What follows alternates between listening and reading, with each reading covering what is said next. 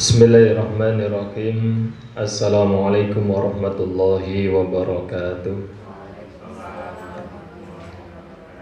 Monggo sami-sami mengawali ngaji kita di sore hari ini. Diawali kalian mau salawat burda bersama-sama. Maulaya salli wa sallim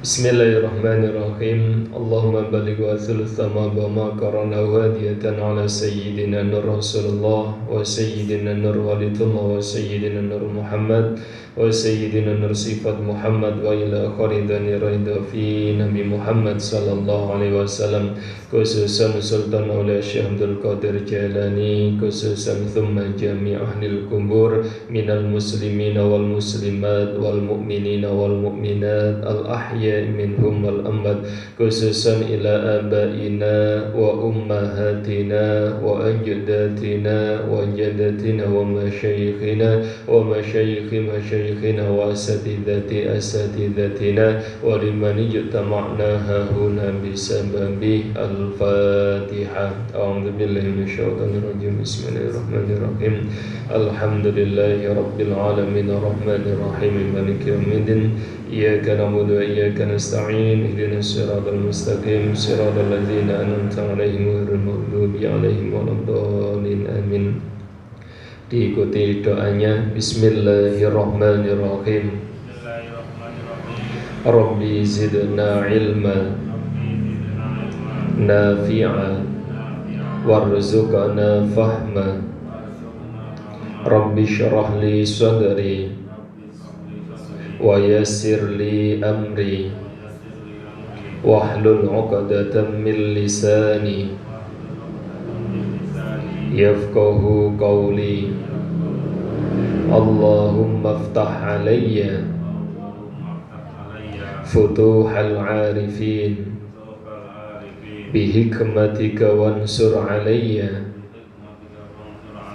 rahmataka wa dzakirna ma nasina ya dzal jalali wal ikram. Allahumma nawwir qulubana binuri hidayatika kama nawwartal arda binuri syamsika wal qamarika abadan abada birahmatika ya arhamar rahimin. Al-Fatihah. A'udzubillahi minasyaitonirrajim. Bismillahirrahmanirrahim. Alhamdulillahi rabbil alamin arrahmanir rahim maliki yaumiddin. Iyyaka na'budu wa iyyaka nasta'in. Ihdinas siratal mustaqim, siratal ladzina an'amta 'alaihim ghairil maghdubi 'alaihim waladdallin. Amin. Bismillahirrahmanirrahim. Alhamdulillahilladzi ja'alana min nasikhin wa afhamana min ulumil ulama'i rasikhin. Asyhadu an la ilaha illallah wa asyhadu anna Muhammadan 'abduhu wa rasuluhu al-mab'utsu rahmatan lil alamin. Allahumma shalli wa sallim wa barik ala sayyidina Muhammad wa ala alihi wa sahbihi ajma'in. Amma ba'du.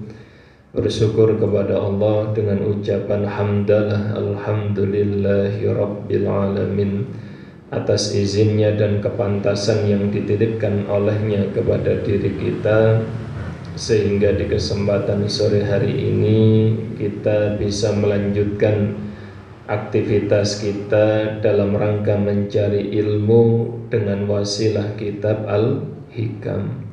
Mudah-mudahan Allah karuniakan ilmu yang manfaat, ilmu yang barokah, dan pahala kebaikannya mudah-mudahan senantiasa mengalir kepada guru-guru kita, orang tua kita, keluarga kita, dan juga yang tidak kalah pentingnya anak keturunan kita semuanya.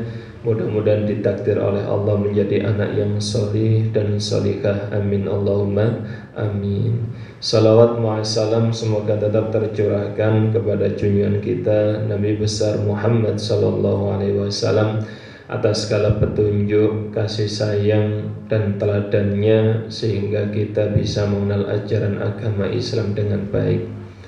Mengawali ngaji kita di kesempatan sore hari ini, ada satu video yang baik dari Gus Bahak menerangkan dari kisah Abu Hasan As-Sadzili.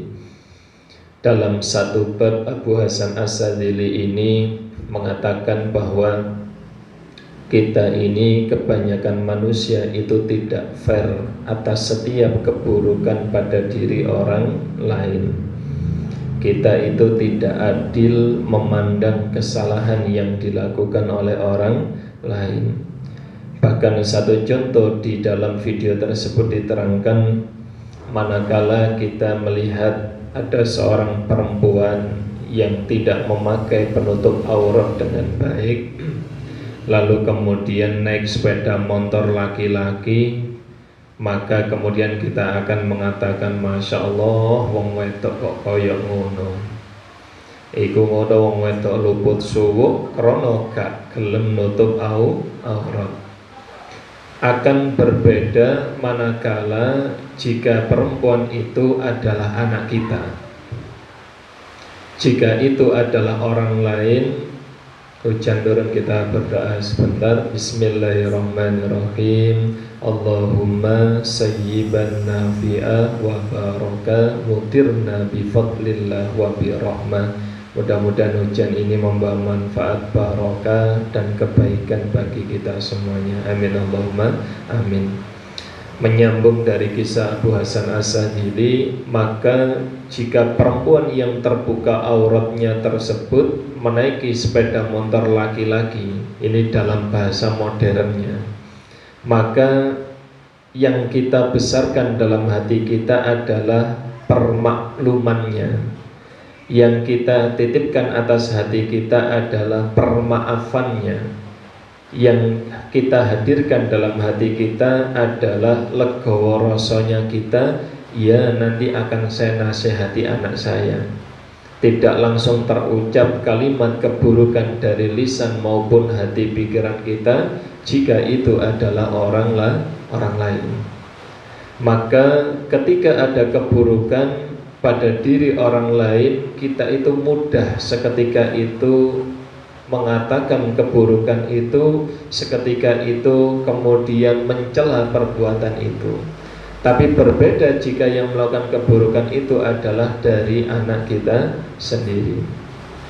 Dalam kisah yang lain kita melihat di Al-Hikam juga ada pasal 164 insyaallah, yakni menerangkan bahwa Nabi Ibrahim itu kan julukannya Khalilullah. Nabi Ibrahim itu julukannya kekasih Allah. Dan kisah-kisah yang diterangkan di mimbar-mimbar, di tausiah-tausiah mesti api-api itu. Keikhlasannya menyembelih anaknya, ketaatannya menghancurkan berhala, keberaniannya melawan Raja Namrud dan lain sebagainya. Padahal dalam satu masa sebelum itu terjadi, Nabi Ibrahim ini pernah naik ke sebuah alam namanya alam malakut. Alam ini ada alam malakut, ada alam jabarut dan lain sebagainya. Kapan-kapan kita bahas. Sampai di alam malakut, Nabi Ibrahim ini dititipi anugerah oleh Allah, bisa melihat semua perilaku manusia di seluruh bagian bumi ini. Salam monggo. Bisa mengetahui segala gerak-gerik manusia di seluruh bumi ini. Dan begitu sudah sampai di alam malakut, Nabi Ibrahim ini melihat ada orang yang berzina, ada orang yang maksiat, ada orang yang berbuat dosa. Seketika Nabi Ibrahim pun mengatakan, "Ya Allah, binasakan orang-orang itu. Ya Allah, matikan orang yang maksiat, matikan orang yang zina, matikan orang-orang yang berbuat dosa itu sekarang juga ya Allah." Maka Allah pun mengabulkan permintaan dari Nabi Ibrahim. Maka singkat kata, tahun demi tahun pun dilalui, puluhan tahun pun dilewati, sampai suatu ketika Nabi Ibrahim ini punya anak yang bernama Ismail. Allah pun membalas kekejamannya Ibrahim tatkala ada di alam malakut. Yang ini tidak banyak dikisahkan. Rata-rata yang dikisahkan baiknya semuanya pada sisi Nabi Ibrahim alaihi salam. Padahal sekelas Nabi Ibrahim, sekelas Khalilullah, kekasihnya Allah, itu masih punya kesempatan beliau ini berbuat salah, masih punya kesempatan beliau ini berbuat dosa. Dan kesalahan dan dosa Nabi Ibrahim pun dibalas oleh Allah. Itu pun Allah masih lebih besar kasih sayangnya dibanding murkanya. Apa bentuknya? Jika saat Nabi Ibrahim ada di alam malakut, dengan gampangnya membinasakan, meminta Allah membinasakan beberapa orang, Allah hanya meminta Nabi Ibrahim untuk membunuh satu nyawa saja, yakni anaknya. Maka kemudian lantas Nabi Ibrahim pun berkata, "Ya Rabb, puluhan tahun aku menunggu kelahiran anak ini, puluhan tahun aku menunggu kehadiran anak ini, mana mungkin aku akan menyembelihnya ya Allah." Maka Allah pun mengingatkan, "Wahai Ibrahim, lupakah engkau dengan apa yang pernah engkau perbuat di masa lalu, ketika engkau dengan mudahnya meminta aku membunuh nyawa, menghilangkan nyawa, membinasakan nyawa beberapa orang, padahal andaikan engkau tahu aku begitu beratnya untuk menghilangkan nyawa-nyawa hambaku itu. Meskipun aku tahu bahwa mereka berbuat salah dan dosa, tapi sungguh aku tidak tega melakukan itu. Karena apa? Akulah yang menciptakan mereka. Tetapi karena ini menjadi satu pelajaran di masa yang akan datang, maka aku pun menurutinya. Karena aku tahu bahwa kelak engkau akan memiliki seorang anak, dan aku akan mengujimu dari apa yang engkau sampaikan di masa yang lalu." Dari dua kisah ini, Bapak Ibu yang dimuliakan oleh Allah, satu, keburukan yang tambah keburukannya, kebaikan yang tambah kebaikannya, maka kita harus meyakini bahwa di balik itu semuanya pasti ada pikiran yang kedua. Di balik itu semuanya pasti ada keadaan yang tidak sama pada saat kita memandang kisah itu saat ini. Pada kisah keburukan seorang perempuan yang seperti itu, maka akan berbeda pandangan kita jika kita menganggap bahwa mereka adalah keluarga kita. Jika kita menganggap bahwa mereka adalah saudara kita, jika kita menganggap bahwa mereka adalah bagian dari diri kita, maka bukan umpatan, bukan celaan yang akan hadir pada lisan kita, tapi yang muncul adalah permakluman. Yang muncul adalah doa-doa kebaikan. Yang muncul adalah harapan-harapan baik atas perilaku pada diri orang yang berbuat tercela itu. Sedangkan orang yang sudah jelas perbuatan baiknya, jangan berbaik sangka terlebih dahulu. Jangan memiliki prasangka yang terlalu berlebihan terlebih dahulu. Karena sebaik apapun orang itu memiliki sikap, pasti dia juga memiliki kehidupan yang penuh dengan banyak dosa. Maka dari dua keadaan itu, ma'asyiral muslimin yang dimuliakan oleh Allah, kita akan satu titik berpikir bahwa segala perilaku baik ataupun buruk itu semuanya adalah atas izin Allah. Maka ketika ada orang yang berbuat buruk, marilah kita doakan, kita mintakan yang terbaik atas sisi beliau dari Allah Subhanahu wa ta'ala, agar itu menjadi nilai ibadah untuk kita. Dan jika ada orang yang sudah baik, jelas baiknya, maka kemudian yang harus kita pikirkan adalah bersyukur. Karena meskipun tidak sama dengan apa yang kita lakukan, mereka masih dalam keadaan mengerjakan kebaikan. Maka pengantar ini ingin saya ajak panjenengan semuanya masuk kepada pasal di minggu yang lalu. Ketika kemudian panjenengan sudah mengerjakan yang baik, maka teruskan, istiqomahkan. Dan untuk menjadi benteng agar kita tidak merasa ujub, agar kita tidak merasa bangga dengan amalan yang kita lakukan, maka jangan pernah meninggalkan yang namanya berzikir kepada Allah dengan ucapan istighfar, astaghfirullahaladzim. Salam, monggo. Apa makna istighfar ini? Makna istighfar adalah meminta ampun atas dosa-dosa yang kita kerjakan, atas perbuatan-perbuatan yang kita lakukan. Maka kesibukan kita akan senantiasa fokus bahwa kita ini banyak salah, kita ini banyak dosa, kita ini banyak khilaf. Sehingga andaikan kita ini menasihati orang lain, wajib hukumnya memandang kesalahan dan kekurangan kita terlebih dahulu sebelum kemudian menyampaikan kekurangan orang lain. Ini penting. Ini kurikulum yang harus dimiliki oleh kita kalau ingin selamat dunia akhirat. Makanya tidak salah kalau peribahasa bahasa Indonesia, gajah di pelupuk mata itu tak tampak, kuman di seberang lautan tampak. Kekurangan orang lain sangat jelas, sangat gamblang terlihat pada mata kita, padahal aib dan dosa kita jauh lebih besar malah tidak tampak. Maka mengawali ngaji kita di sore hari ini, ayo sebelum kita memandang kekurangan orang lain, sebelum kita memandang keburukan orang lain, silahkan diawali terlebih dahulu dengan memunculkan kekurangan, kelemahan atas diri kita. Ustaz, apakah kemudian menunggu baik dulu baru kita menyampaikan? Boten, kurikulumnya tidak seperti itu. Kurikulumnya tetap ada keburukan, sampaikan, ingatkan. Tetapi jangan memastikan bahwa diri kita lebih baik dibanding orang yang kita beri nasihat. Ini kurikulum wajib. Sehingga dengan keadaan itu, Bapak Ibu semua yang dimuliakan oleh Allah, kalau kita memiliki kurikulum yang seperti itu, segala apapun yang saat ini ada pada diri kita, insya Allah tidak akan menjadi fitnah, tidak akan menjadi ujian. Sebagaimana di pasal 29 minggu yang lalu, 28, dikatakan bahwa ujian, pekerjaan, jabatan, apapun itu bentuknya, sejatinya innama nahnu fitnatun fala takfur. Apapun yang menempel atas diri kita, sejatinya itu semuanya adalah ujian.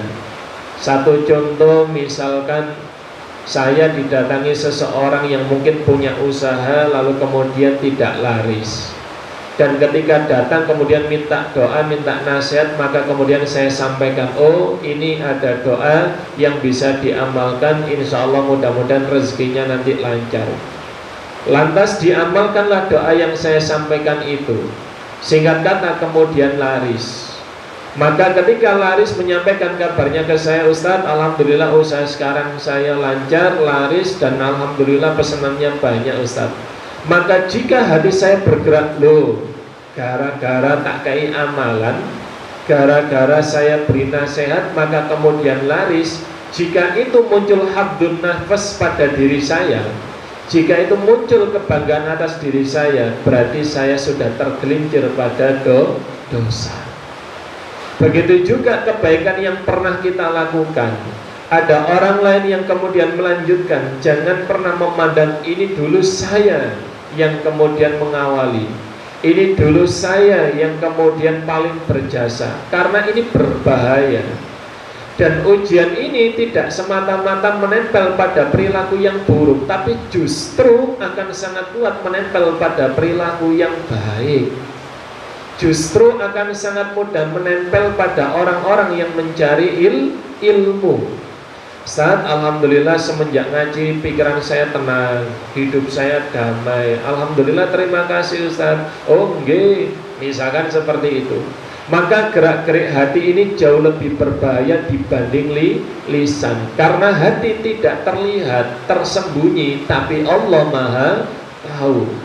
Maka berangkat dari hati itu, Bapak Ibu semua yang dimuliakan oleh Allah, ayo dengan kita mengaji Al-Hikam, semakin hari semakin harus bertambah kebaikan kita. Semakin hari harus semakin dekat kita ini dengan Allah Subhanahu wa ta'ala.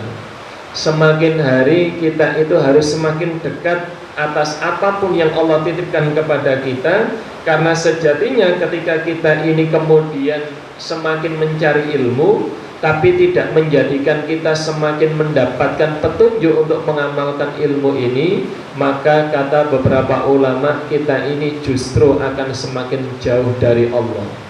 Meskipun bertambah ilmu, tapi justru malah akan menjauhkan diri kita semakin jauh dari Allah. Alasannya apa? Ya karena ilmu yang kita dapat, ngapunten, kita terlalu sibuk untuk kemudian menyampaikan ilmu ini untuk orang lain, dan kemudian tidak menjadi introspeksi atas diri kita. Padahal ilmu yang kita dapat awalnya adalah untuk kita amalkan terlebih dahulu, baru kemudian kalau sudah baru kita sampaikan.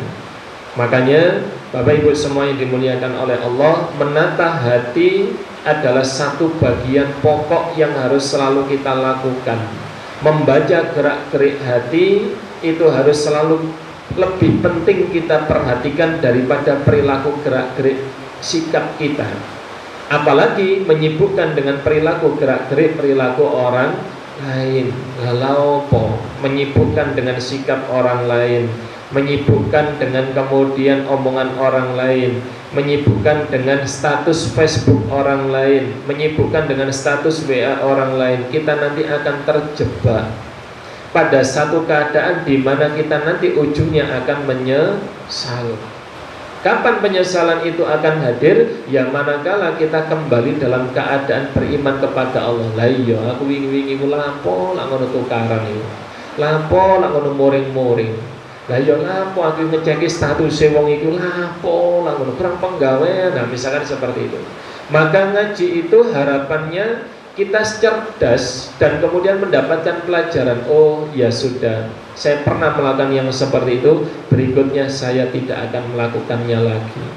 Maka biar kita kemudian tidak melakukannya lagi, ayo sama-sama kita lihat di pasal 29 yang insya Allah ini nanti akan membuka semakin lebar, semakin luas pikiran kita tentang apa yang harus kita lakukan. Bismillahirrahmanirrahim. Pasal 29 halaman 34.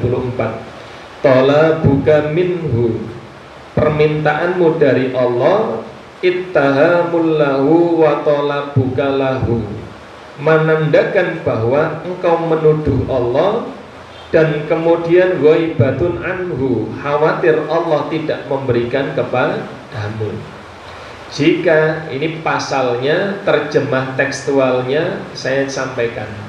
Jika ada seorang hamba meminta kepada Allah itu artinya dia sedang menuduh bahwa Allah khawatir tidak akan memberikannya kepadanya.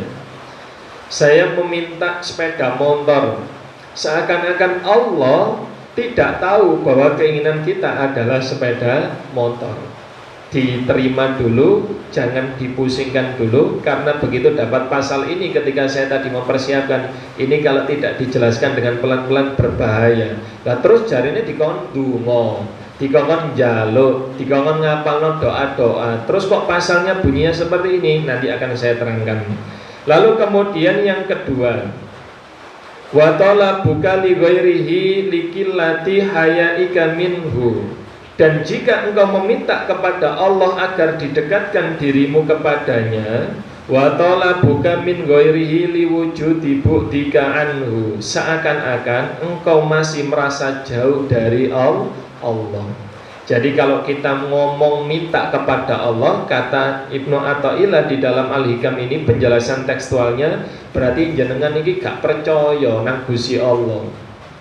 Ketika kita minta, ya Allah semoga Engkau senantiasa dekat, ya Allah dekatkanlah diri hamba kepada Engkau ya Allah. Ya Allah jadikanlah diri hamba senantiasa berada di sisimu, berada di dekatmu ya Allah. Maka kata Al-Hikam ini, justru kalimat itu menandakan seakan-akan engkau masih merasa jauh dari Allah, padahal Allah amat sangat dekat. Saya jelaskan dengan contoh analogi.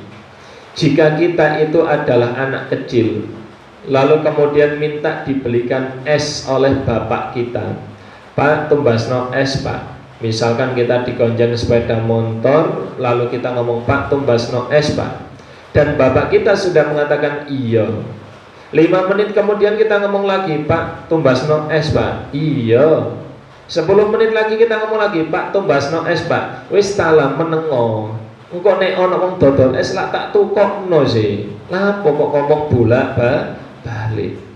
Maka dalam penjelasan ini Bapak Ibu semuanya yang dimuliakan oleh Allah, jika kita kepada makhluk itu memang perlu meminta, ngomong dan menjelaskan apa yang menjadi keinginan kita. Seorang karyawan ingin minta gaji, demo, menuntut kenaikan gaji. Lah nek meneng-menengan ya gak munda. Tapi kepada Allah kan tidak seperti itu. Allah kan tidak perlu didemo untuk membuat kita mendapatkan rezeki. Allah kan tidak perlu dilabrak agar Allah memberikan kebaikannya kepada kita. Maka penjelasan ini menjadi pengantar di dalam pasal 29 ini. Jika kita meminta kepada Allah, itu artinya kita menuduh dan khawatir Allah enggak memberi kepada kita. Dan jika kita minta didekatkan kepada Allah, itu seakan-akan kita membayangkan Allah itu tempatnya sangat jauh, padahal Allah itu lebih dekat daripada urat nadi. Maka penjelasannya sekarang, dan mintamu kepada Allah untuk mencapai kedudukan dunia dan akhirat, membuktikan bahwa kamu tidak memiliki malu kepada Allah. Gak duwe izin. Wong wis dicukupi kabeh, dikai kabeh. Allah itu maha tahu, maha melihat. Sebelum engkau berucap Allah pun maha tahu. Kok sik njaluk maneh? Dan permintaanmu kepada sesuatu selain dari Allah menunjukkan jauhmu daripadanya. Apa maksudnya? Allah itu kan dikatakan amat sangat dekat, bahkan lebih dekat daripada urat nadi. Lah kita minta didekatkan kepada Allah. Bahkan doa ini juga masyhur kita sampaikan, ya Allah semoga kemudian keluarga saya senantiasa Engkau berikan hidayah, jangan pernah tinggalkan kami ya Allah. Loh Gusti Allah lo gak nanti. Kok kemudian kita merasa bahwa Allah itu jauh dari diri kita? Ini cukup membuat pikiran kita agak berlari-lari, agak menari-nari. Mesti ono sing kudu kepingin takok ini. Sekedar nggih tahan dulu. Permintaan hamba kepada Allah terbagi dalam 4 macam, dan kemudian kesemuanya itu tidak tepat bila diteliti lebih jauh dan mendalam. Apa saja? Yang pertama, permintaan kepada Allah memiliki arti menuduh, sebab sekiranya dia percaya bahwa Allah akan memberi meskipun kita tidak meminta, niscaya kita tidak akan minta. Karena apa? Karena permintaan kita menunjukkan kekhawatiran kita Allah tidak memberi. Ketakutan kita Allah tidak mengetahui atas kebutuhan kita, sehingga kita meminta. Kemudian yang kedua, kita ini mengira Allah ini melupakan kita. Kok kata aneh nyambut gawe soronge ini sih, duit kok gak oleh-oleh ngene iki ya apa sih? Wis aku tak njaluk nang Gusti Allah. Gusti, kula nyuwun rezeki sing kathah. Terus dikei diparingi. Oh, berarti Gusti Allah iku kudu dijaluk dhisik-sik dikei. Seakan-akan seperti itu. Padahal kalau kita mau menalar apa yang kita minta dan apa yang Allah beri, jauh lebih banyak pemberian Allah daripada permintaan kita. Contoh, kita bangun tidur tidak pernah minta, ya Allah semoga darahku mengalir, tulang belulangku bergerak, mataku bisa berkedip ya Allah, hidungku bisa bernafas, kupingku loh ya Allah saged ngrungokaken suara sing nyoto maupun sing gaib, rasan-rasan ya Allah. Hati kula nggih saged ngrasakno ya Allah pahit getirnya kehidupan. Ya Allah kaki kula ya Allah saged melampatan pundi-pundi sehat. Kan tidak pernah kita itu minta seperti itu, tapi Allah beri. Coba jika permintaan kita itu menjadi sebab pemberian Allah, maka boleh jadi begitu kita minta sebanyak itu tadi, mata bisa melihat, telinga bisa mendengar, mulut bisa berucap, kaki bisa bergerak, tangan bisa melangkah, hidung bisa bernapas. Kok satu yang terlupa, misalkan jantung saya mudah-mudahan berdenyut ya Allah, lali gak dijaluk, ya tebal wong niki. Berangkat orang ini jika memang terlupakan meminta untuk jantungnya bisa berdetak berdenyut. Karena apa? Lo gak kok jaluk ya gak tak kei. Coba Allah itu hanya memberi apa yang kita minta. Mungkin kita tidak sampai di tempat ini. Kita minta ya Allah semoga bisa istiqomah ngaji. Kita tidak minta semoga aib saya ditutupi. Tutup ini mudah kabeh wong-wong. Karena apa? Lupa bahwa kemudian tidak minta aibnya ditutupi. Dan sebagian aib adalah aurat kita. Lah karena kita tidak minta, maka Allah nggak ngasih. Betapa repotnya jika segala sesuatu yang kita dapat itu harus atas permintaan diri kita, atas request dari kita. Maka Bapak Ibu semua yang dimuliakan oleh Allah, lalu baiknya seperti apa Ustaz? Nanti tahan dulu. Lebih jahat lagi jika dia merasa berhak tapi Allah tidak kunjung memberi. Wah ini malah bahaya. Ya Allah kurang ngopo kula ya Allah datang jenengan ya Allah. Gak kurang-kurang sholawat, gak kurang-kurang al-waqi'ah ben maghrib kok pancet mawon. Gak kurang-kurang sholat busra mantan sholat subuh, gak kurang-kurang kalau sholat tahajud kok soro mawon. Maka orang ini sudah terjebak bahwa dia berhak ditolong oleh Allah atas kebaikan yang dia lakukan. Nah ini berbahaya. Jika ini tidak diingatkan oleh Syekh Ibnu Athaillah, berbahaya karena banyak orang-orang di sekeliling kita saja, bukan di sekeliling kita saja, itu banyak yang merasa berhak ditolong karena amalan kita. Kita itu merasa berhak dihormati karena ngajeni wong. Kita itu merasa berhak ditolong orang karena kita sering menolong orang. Begitu kita tidak ditolong oleh Allah, kita pun mengatakan, ya Allah, ya Allah, besi karpe sampean iku. Aku itu nolong wong bolak-balik, saiki banku bocor nuntun, gak ono sing mandeg, gak ono sing nulung. Aku njaluk tolong, "Lek, Cak, surungan kok gak ono sing mandeg." Padahal kula niki enten tiyang bane bocor, kula surung ya Allah. Salah kula nopo ya Allah. Makanya sampai seperti ini. Ketika kita kemudian tidak ngaji halikam, itu pasti akan muncul dan itu normal, itu normal. Makanya saya sering kali mengatakan, wong ini sampai ngaji halikam belajar dari wong gak normal. Kenapa? Karena sulit memahami halikam ini kalau tidak didudukkan lalu kemudian difahami dengan pelan-pelan, ini tidak mudah. Ya contohnya ini, lho nek ngono lah gak oleh ndonga lah. Oh nek ngono gak oleh njaluk Gusti Allah lan Gusti Allah wis ro kabeh kebutuhane dhewe, kan begitu logika kita. Tapi kan nanti penjelasannya akhirnya tidak seperti itu. Maka kemudian dan ketika permintaanmu, saya lanjutkan gini, untuk takarub mendekatkan diri kepada Allah, itu justru menunjukkan bahwa engkau merasa jauh dari Allah, merasa gaib, merasa jauh. Gambarannya saya dengan Pak Andi dekat, kok saya manggil Pak Andi dengan keras? Ataukah tidak keras tapi berulang-ulang, Pak Andi, nggih Ustaz enten napa kok celah-celuk mawon. Ya. Maka yang seperti itu saja aneh. Maka jika kita kepada Allah pun juga harus memikirkan itu. Sedang permintaanmu sesuatu dari kepentingan-kepentingan duniawimu membuktikan bahwa engkau tidak punya malu. Sebab apa? Sekiranya engkau punya malu kepada Allah, tentu engkau tidak punya kepentingan apapun kali mendekatkan kepadanya. Tentu engkau tidak akan dibingungkan dengan keadaan keinginanmu itu, apapun itu bentuknya. Justru engkau akan lebih disibukkan dengan ibadah-ibadah saja, dan kemudian engkau tidak terlalu memikirkan apa yang menjadi hajatmu. Karena apa? Allah itu kalau engkau sudah baik, Allah tidak usah diomongi, ya Allah saya sudah salat tahajud ya. Janji engkau orang yang tahajud itu maqam mahmuda, kedudukan yang mulia. Kok kula sakniki rasane urip kula mboten mulia blasnya kan? Apa yang salah dengan saya ya Allah? Why me ya Allah? Kenapa saya tidak engkau tolong? Ngatan nggih. Allah punya jawaban why not? Kenapa tidak? Jika kemudian kau berbuat baik terus aku harus membaiki kepada dirimu, berarti adanya aku itu karena perilakumu. Gerak-gerikku, gerakanku, kehendakku itu berarti atas kehendakmu. Berarti Allah tidak qiyamuhu binafsihi. Allah berarti tidak berdiri sendiri tapi dipengaruhi oleh perilaku hambanya. Padahal Allah kan tidak seperti itu. Okay? Dan kemudian saya lanjutkan.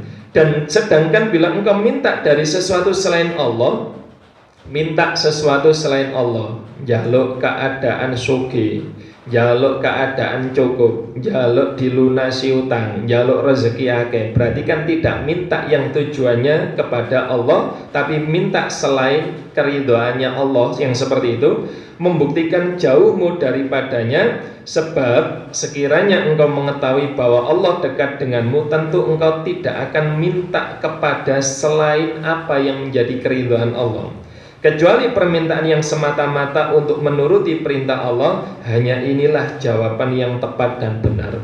Kesimpulannya kata Ibnu Athaillah, nanti kata saya akan saya sampaikan biar tidak bingung biar paham dan membumi. Memang kalau penjelasannya Ibnu Athaillah ini agak mengawang-awang gitu, kalau tidak didudukkan disederhanakan. Kata Ibnu Athaillah sederhananya begini di dalam pasal ini, silahkan engkau berdoa, tapi pastikan doamu adalah doa meminta agar engkau bisa beribadah kepadanya. Kesimpulannya di situ. Ya Allah, berikan saya kekuatan untuk bisa sholat kepadamu. Yang seperti inilah yang diharapkan oleh Ibnu Athaillah. Ya Allah, cukupilah kebutuhanku dengan kebutuhanku ini, maka aku bisa berumroh, berhaji, beribadah kepadamu. Segala sesuatu yang kemudian ini diniatkan kepada Allah, ini yang diharapkan oleh Ibnu Athaillah. Nah ini sudah saya mulai membumikan ini, mulai menyederhanakan.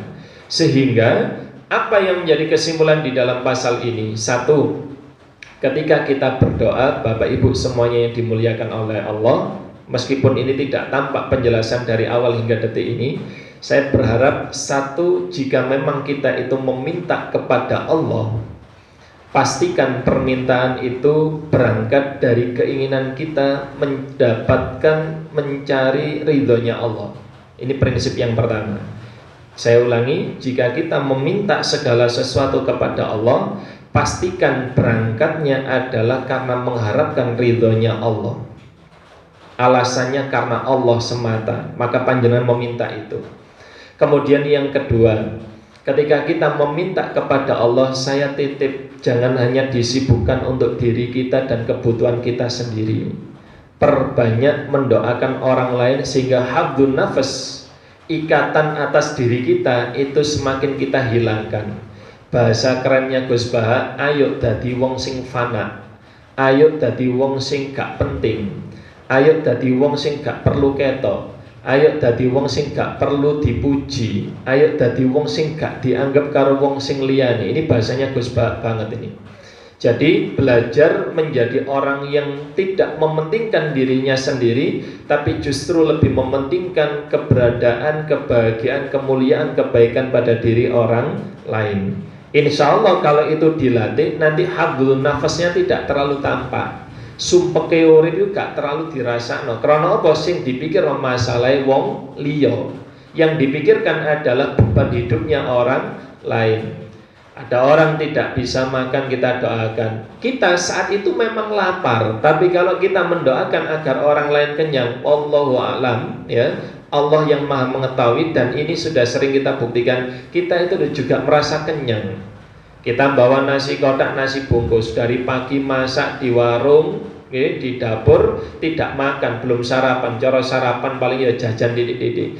Begitu sampai di tempat pembagian, kita lihat langsung dimakan. Padahal dari pagi sampai siang kita nggak makan. Dengan melihat yang seperti itu loh, otomatis kita pun juga merasa kenyang.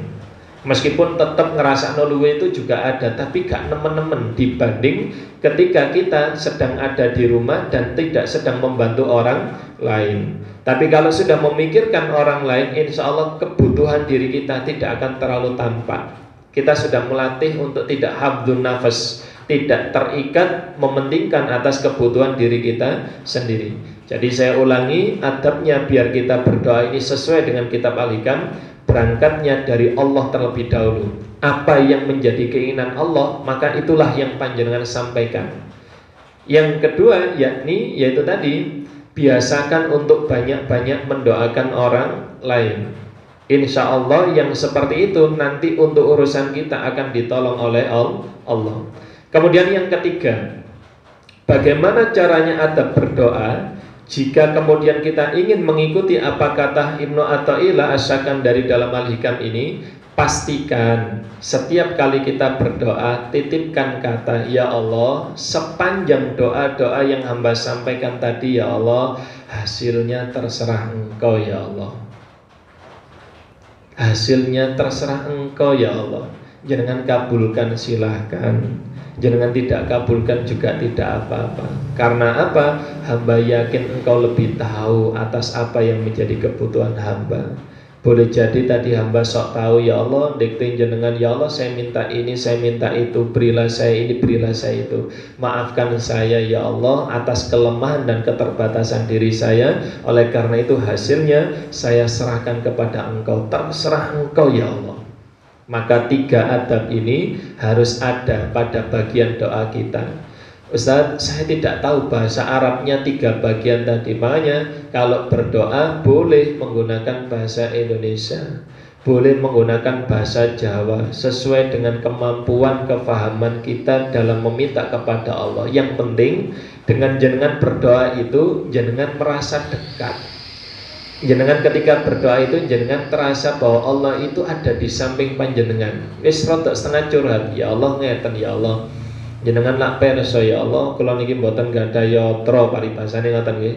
Kula niki mboten gadah yatra, ya Allah. Lah kula niku kudune bayar niki, ya Allah, tanggal samenten. Solusine ya napa, ya Allah.